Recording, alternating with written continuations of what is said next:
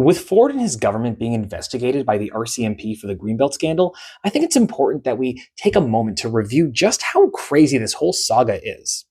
It's so convoluted that even Doug can't keep track of his flip flops. Here's what he said at the recent leaders debate. I think it was pretty clear. I said I was, and then I wasn't, and then I went ahead and did it. Much clarity. Very Ford. Unequivocally, we won't touch the Greenbelt. Unlike other governments that don't listen to people, I've heard it loud and clear. People don't want me touching the Greenbelt. We won't touch the Greenbelt. We will open up the Greenbelt, not all of it.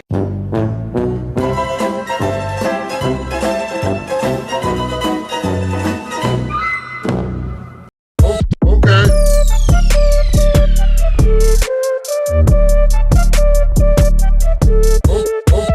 All right, let's do this. The 413 highway was originally proposed way back in 2002 by the Harris government under the name the Greater Toronto Area West Highway Corridor, and was later reviewed and investigated by the Ontario Liberals under Dalton McGuinty and Kathleen Wynne. After years of feasibility studies and impact assessments, the project was scrapped in favor of further investments in public transit after studies showed that it would only save drivers on average 30 to 60 seconds per trip. Experts say that the best thing we could do for traffic in the GTA is to have the government subsidize transport trucks to use the 407 where possible. Historians would actually probably argue that the best thing we could do for traffic in the GTA is to go back in time and stop Mike Harris from selling the 407 in the first place. Yes, the same person who sold the 407 to private interests was the same person who first proposed the 413 highway. We built the 407 with $1.6 billion in taxpayer money, and then Mike Harris sold it for $3.1 billion. This might sound like a good deal until you realize that the 407 is now worth over $30 billion, and the 407 raises rates pretty much every year. It seems like the Conservatives are obsessed with having private entities profit off of your public tax dollars. There isn't a logical, rational reason to do this, yet Ford keeps trying to find ways to have his billionaire buddies profit off of the 413.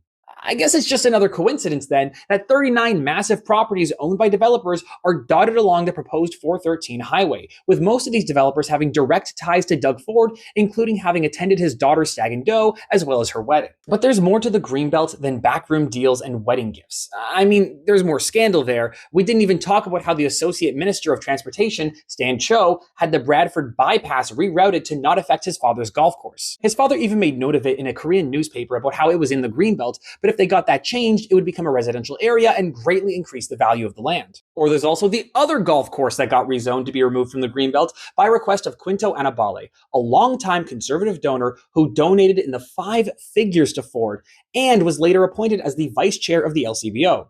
He asked for 177 hectares of land near the golf course to be changed from prime agricultural area where no major developments are allowed to rural land, which can enable certain residential, commercial, and industrial projects. Annibale was the funder and creator of Vaughan Working Families, a public interest group that wasn't actually organized by working families in Vaughan, that targeted teachers and was investigated by the RCMP for potentially breaking the Elections Act. Great guys, you know? The type of people that I want to be surrounded by. Anyway, as I was saying, there's more to the Greenbelt than scandals, although I still haven't gotten through all of them.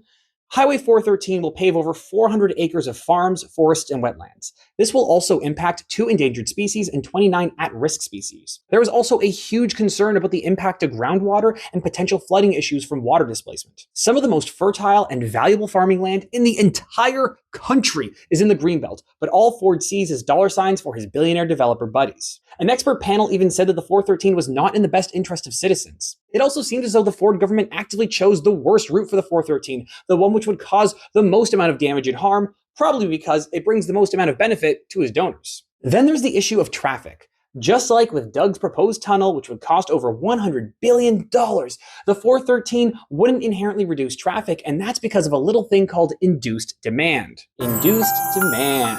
Induced demand basically means that the creation of something will actually result in more demand to the point where the amount of time that you saved ends up being eaten up by that new demand. More highways and lanes only help if that doesn't result in more cars, but inevitably, everywhere in North America, more lanes and developments always results in more cars. The best way to reduce traffic and commute times is through comprehensive public transit that is frequent, as well as building through density. Instead, Doug just wants more highway and more sprawl because that's what makes the most amount of profit for developers. Remember, developers aren't incentivized to build what we need, nor are they incentivized to build what is the cheapest or most affordable. The free market dictates that developers are incentivized to build as much or as little as will create the maximum profits. To reiterate, there are lots of other solutions to traffic other than to create induced demand. Making cities more walkable and livable is one great example. Instead of highways, we could look at congestion pricing during peak hours in downtown areas. Congestion pricing puts a price on driving in high traffic areas during peak times, in an effort to limit the amount of cars to make cities walkable and better for transit. Paris has already done congestion pricing, and while it was unpopular at first, it tends to become more popular over time as the quality of life improves. When Paris did this, they were able to expand bike routes, invest heavily in public transportation, and bring down traffic wait times. New York City has also introduced congestion pricing recently in downtown Manhattan, and while Trump and his allies are trying to end it, even the dude bros at Barstool Sports are praising how much better the city has been in the last few weeks because of congestion pricing. Congestion in the GTA cost us around $44 billion per year. When London introduced congestion pricing, it lowered congestion by 30% in the downtown core, and there was a 40% increase in public transit ridership. It may seem intuitive to build another east-west highway to connect large municipalities, but the issue is that the 413 comes with all of the massive risks and costs as mentioned. What really would have been intuitive is not selling the 407 in the first place, but we've already been over that. And it's not even like this is popular. Toronto, Vaughan, Mississauga, Halton, and Peel Region have all voted to oppose the highway. And once again, because the 413 would go through the Greenbelt, it wouldn't actually service the areas that need traffic relief. We need relief around the 401 and in the core GTA. The only solution for that is the 407 because there's no space to build another highway through the cities. Unless you dig underground. And remember, giving trucks access to the 407 is the best and cheapest solution we have. A report shows that it could save truckers around 80 minutes per trip and remove tens of thousands of trucks from the 401, making the 401 safer and less congested for commuters. In case you're wondering why saving truckers' time is important, when it comes to efficiency of our logistics chains in the province, all that saved time will reduce costs for businesses and allow for more goods to be transported more efficiently. If the best thing was to never sell the 407 in the first place, the second best thing is to put as many transport trucks as possible on the 407 and off of the 401. And with everything that's already happened with the Greenbelt, I don't think Ontarians should trust Ford with the 413 or any other major infrastructure project. I mean, I don't even have time to get into Ontario Place or the Science Centre, let alone any of Ford's other scandals. So let's focus on the Greenbelt scandal. Remember that originally Ford had a backroom deal where he promised developers he would open up the Greenbelt, and then he promised voters that he wouldn't do it.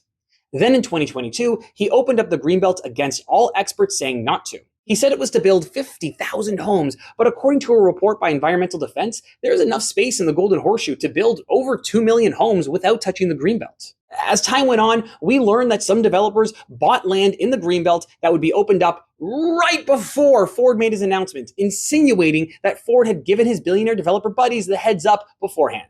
Obviously, there's no proof of this, but, these are the same billionaires who attended his daughter's stag and doe, and some even attended her wedding.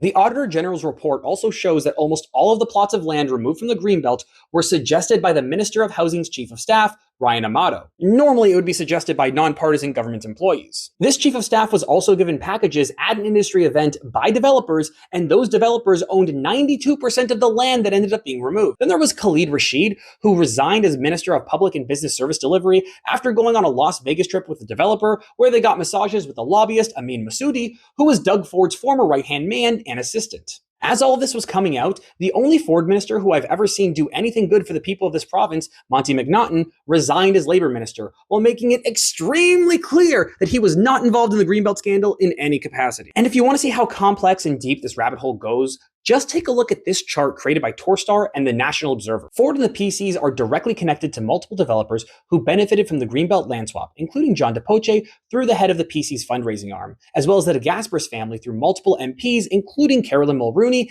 and the former PC party president. The Ford government is also connected to the Domenic family through Rob Ford's former chief of staff, and they're connected to Argo Development through the former PC leader's assistant. And that's just the tip of the iceberg. I didn't even get into the unregistered lobbyist who went by the dubious name of Mr. X, who ended up being the former mayor of Clarington, John Mutton. Which also, by the way, he made a TikTok account recently and reposted and liked literally every video that I've made about the Greenbelt and about him, which, John, hi, if you're seeing this, is there something we should know? If you have information you'd like to share, you know how to reach me. But even if none of this was technically illegal, it is an extremely egregious abuse of power by Doug Ford, and it just shows how his government bends to the whims of the rich and powerful, regardless of what is in the best interest of Ontario citizens. And seriously, when I say I didn't even scratch the surface, I didn't.